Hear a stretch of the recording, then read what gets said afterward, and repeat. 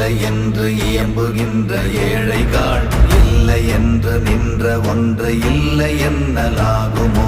இல்லை அல்ல என்றும் அல்ல, இரண்டும் ஒன்றி நின்றதை எல்லை கண்டு